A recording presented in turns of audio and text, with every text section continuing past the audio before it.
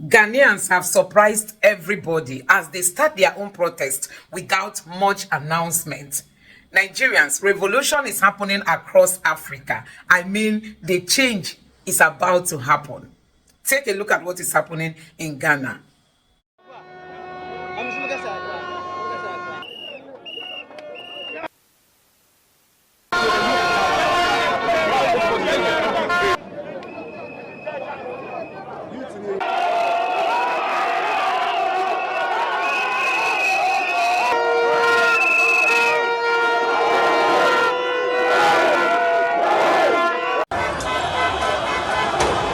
By the time dawn breaks on Thursday, August 1, 2024, it will be easy to confirm if scrolls of history will be filled with what could turn out to be a huge anti-government protest or the combined efforts of government, security agencies, clerics, traditional rulers and party chieftains could succeed in their collective desire to ward it off.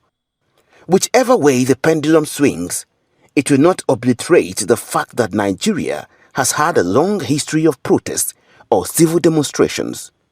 Let's recall a few of them. November 1929 Aba Women Revolt.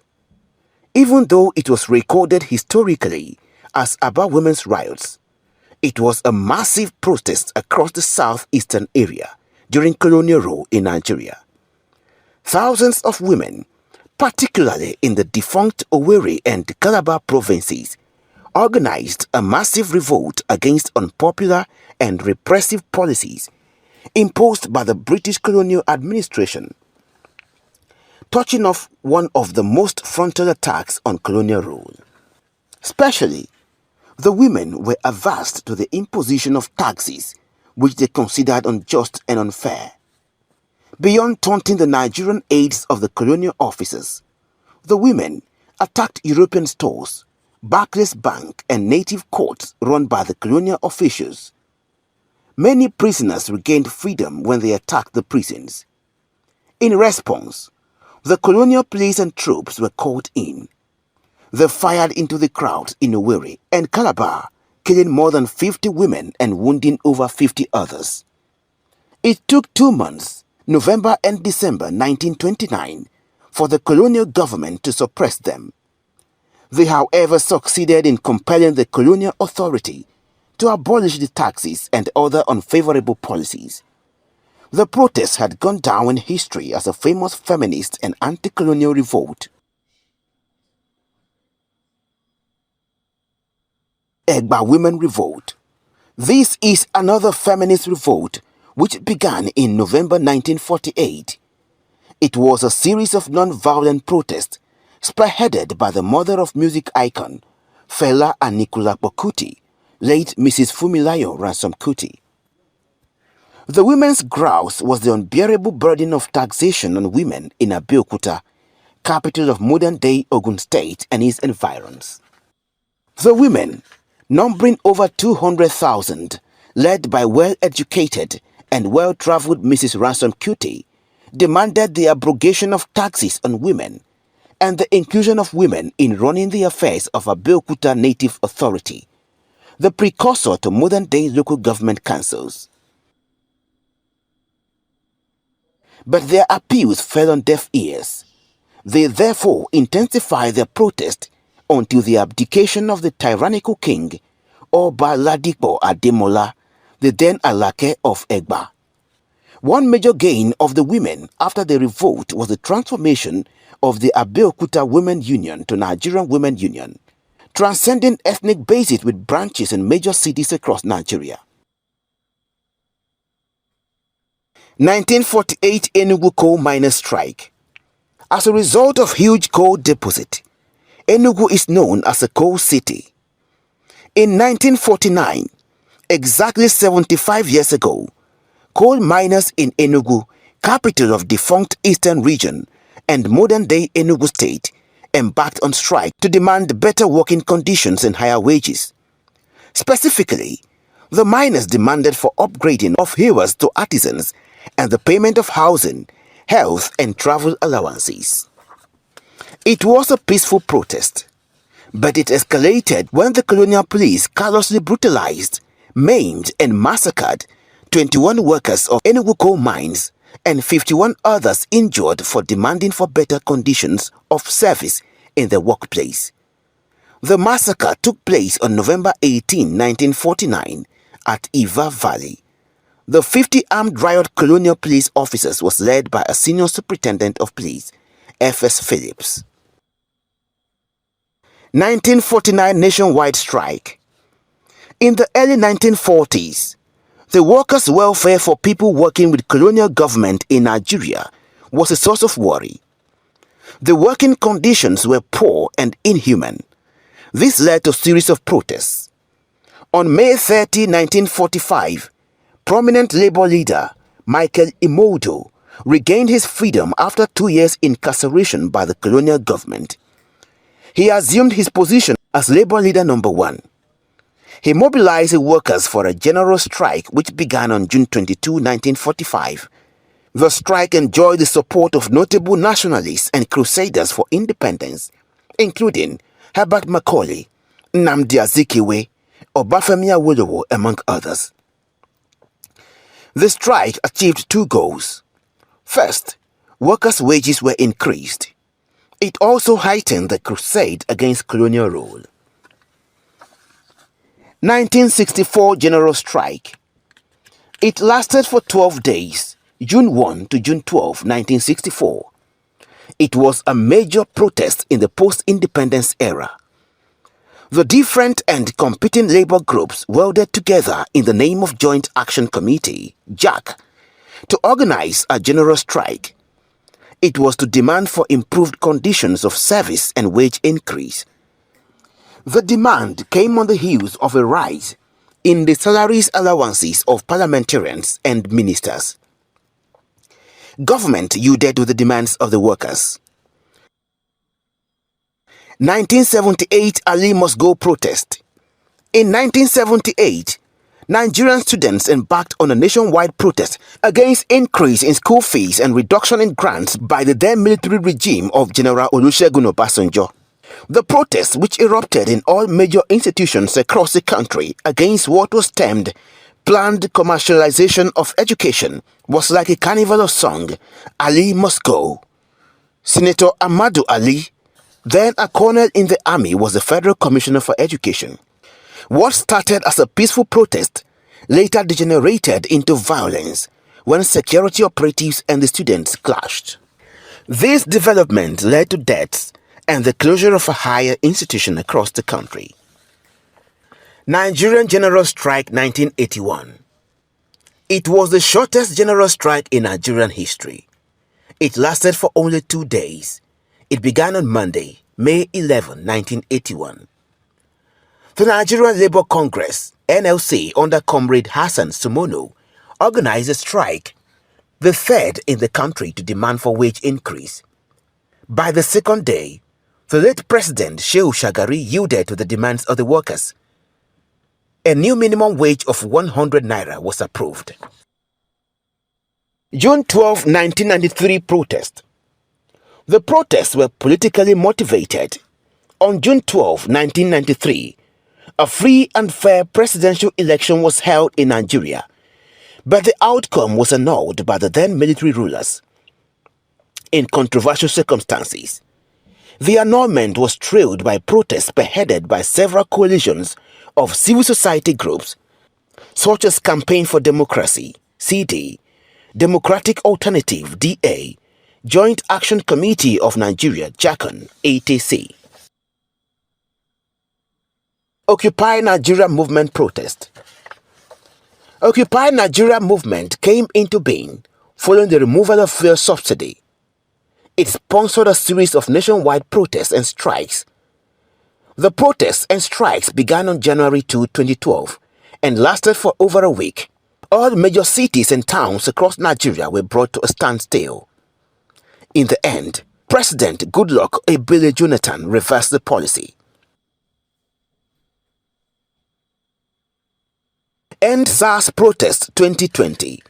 It began as a social media campaign against the police special anti-robbery squad, SARS.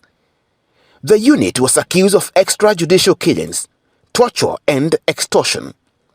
The unit was dissolved, but several people were killed, others were injured. Treasured public property were destroyed. There is nothing wrong with Nigeria. We only have the problem of leadership. So guys, take a look at what Peter Obi said in this video. Reset means that it was going well before, and we are trying to reset it. Or where do we start? And you know, because of my position, that I'm now allegedly the planner of the protest. So what I'm going to say or do is outside the context of that plan. Because we're talking about leadership. All of you today will agree that there's nothing wrong with Nigeria. I'll be more strict. There's nothing wrong with our beautiful country. We have the best of air. We have the best of land. God blessed us with everything that is required of any nation to be great. God blessed us with human capital to be great. Natural resources, everything that can make a country thrive and be great is available in Nigeria. The only thing that is missing is leadership to organize those resources,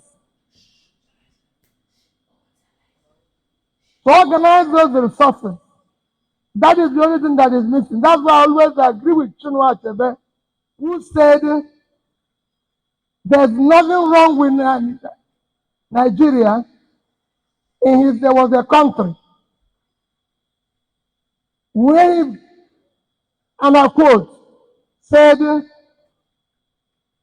there's nothing wrong with environment in Nigeria, nothing wrong with the air, nothing wrong with the air or the water in Nigeria.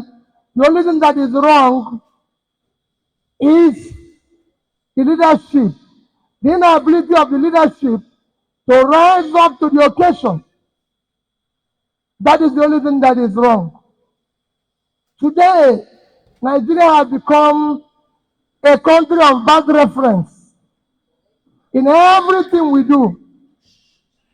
On Monday, I tweeted and showed you where Nigeria was in 2014 and where Nigeria is today in terms of just growth.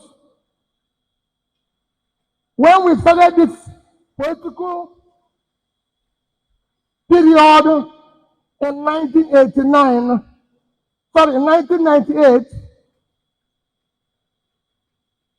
Nigeria was growing at less than 3%. From 2000 until 2014, Nigeria was growing at above 6%. In fact, Nigeria was among the 4 countries of the world that are above 5%. We are comparable to China, to all the countries that are doing well. Vietnam, until 2015. By 2014, we have moved where we can compare that our only measure of progress is our per capita income. As of 2014, we are at 3,200 per capita, being almost 50% in housing. As far back as 2000, today, Nigeria is the home for the highest number of homeless people in the world.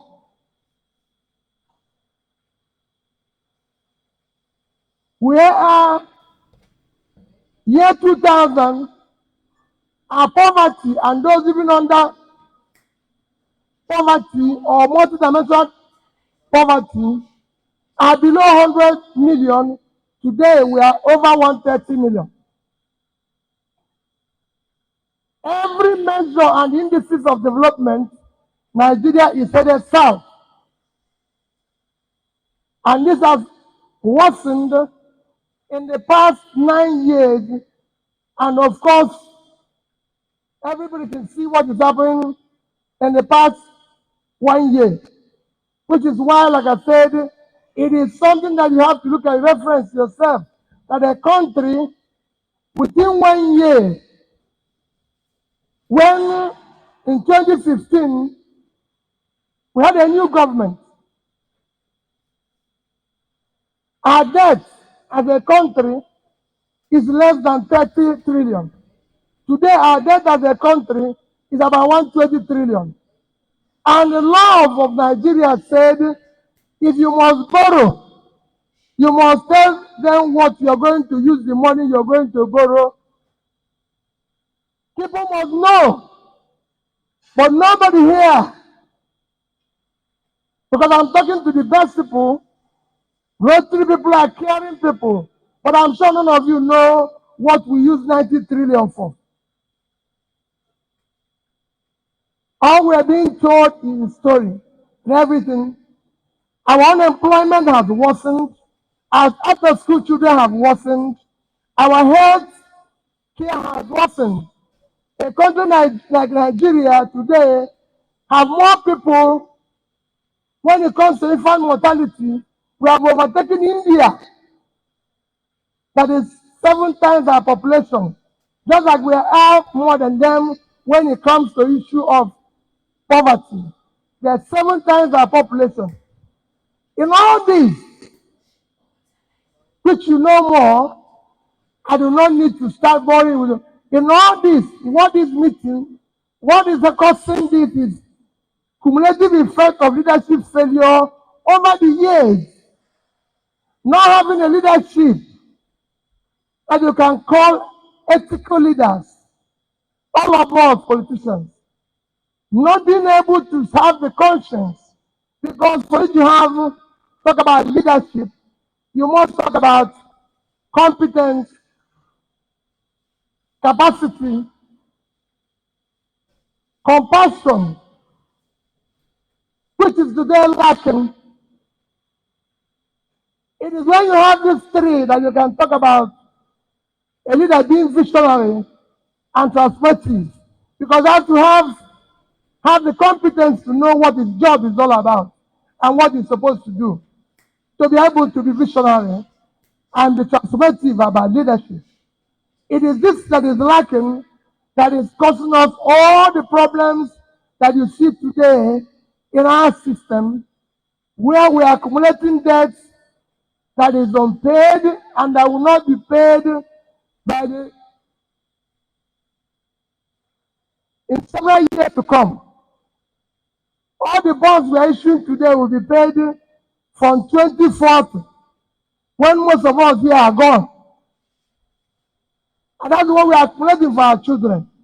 No parents accumulate bad things for the children except in Nigeria. And these are things that can be dealt by doing the right things. I greeted the former governor, district governor of this district, former governor from Cross River State. And I remember coming today, everybody knows that if you go around in Nigeria, there's criminality everywhere. People don't talk about what is happening in the north now because they're even afraid. You don't even know where the criminals are coming from. Our farmland, the biggest negative impact in our exception today is food. Nigeria can feed itself. Nigeria has the highest uncultivated land of any nation of its size in the world today. And it can feed itself. And I've always said it before, that Nigeria can feed itself. India was at stage where we are. in the 70s, 80s, and 90s. People were supporting India to feed themselves. Today, India is the second biggest producer of rice in the world, even exporting some. India has, compared to Nigeria, is 1.4 billion people living on about 3 million square kilometers of land. So you could see how big they are and the land space, yet they can produce their food. We, as Nigeria, everybody knows what our size is. 900,000 plus, and we're just about 200 million. So compared with the size of India, we have more land space for agriculture. Yet, Nigeria today is the nation of grain from Ukraine. Ukraine is at war, and they're giving Nigeria grain because of hunger. When Ukraine went to war, countries of the world were complaining of hunger and what it will cost them. Nigeria was included. When the northern Nigeria, as one section of Nigeria, is 700 and something square kilometers, over 700,000 square kilometers of land. Ukraine is just 600. So northern Nigeria, in terms of land space, is more than Ukraine. Job, things that you need to do as AU has been installed today, you and your team, this research will start from you being vocal, will start from you doing the right thing. This is time to stop staying on the sideline. This is not time for anybody to keep quiet. This is not time for you to even be honoring politicians. I thank you for honoring my brother. He was a good man. My other brother was a good man. But let me tell you, no Nigerian politician, including me, should be honored today. And it's time to remove all these titles of excellencies and everything until things start working. Because it's not working. We can't be stealing money and answering His Excellency. Nobody's excellent in stealing. We need to fix the country. The country now needs to be fixed. So you have a job, and that job is to ask fundamental questions. We said people will borrow money. That's what our law says. If you must borrow money, you must say what you're using it to do. That is why people like me are preaching that we must return to, if not to full parliamentary system, we must do what is happening in South Africa. So that we have proper time to question whoever is the president. He doesn't have to hire parents and talks to be talking for him. He needs to talk to the people. The people need to listen to him. Because we elected him. We didn't elect those people to speak for anybody. We want the man we elected to speak to us. Because that's the person that was elected. So we must change and have a proper parliamentary system where the president should be able to be questioned by the people. If he goes to borrow money, we will know what the money is being borrowed for. If he's going to sign any agreement, we will know which agreement he's not signing. Not when he finishes signing it, and all of us are wondering what was signed. So we need to have a president. We need to know how much oil we produce in this country. Who is producing it? Who is selling it? All this story, whether somebody has a refinery outside or inside, is not a story for us. The people we elected must tell us who has the refinery inside, why the refinery is not working, and who has the refinery outside. All these stories we are hearing today, this is happening and everything, they must secure us. If we are at war, let's declare war. And everybody knows we are at war. There's nothing wrong with that. We know that we're at war. We can't have a country where non-state actors and criminals have taken over. and nobody is doing anything except every day we say we are going to borrow new money for this project, we are borrowing money for this, we are borrowing. No, we now want to face. So all I'm appealing to you and your team, appealing to all of you today is, please, this country is going through not just a difficult time, it is today, in terms of insecurity, we are one of the worst countries to live. In terms of poverty and suffering, we are one of the worst countries. In terms of misery, we are one of the worst countries to live. In terms of hungry, we are one of the hungriest countries of the world. So everything is headed south.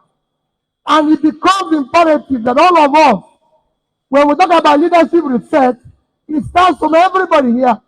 All of us now have to sit down and say, who are we electing? Who are we supporting? How do we hold them responsible? We need ethical leaders that should be responsible to the society and be able to be answerable to the society. That is what it is. We need the leadership. Peter Obi has come again to shake the four walls of Nigeria.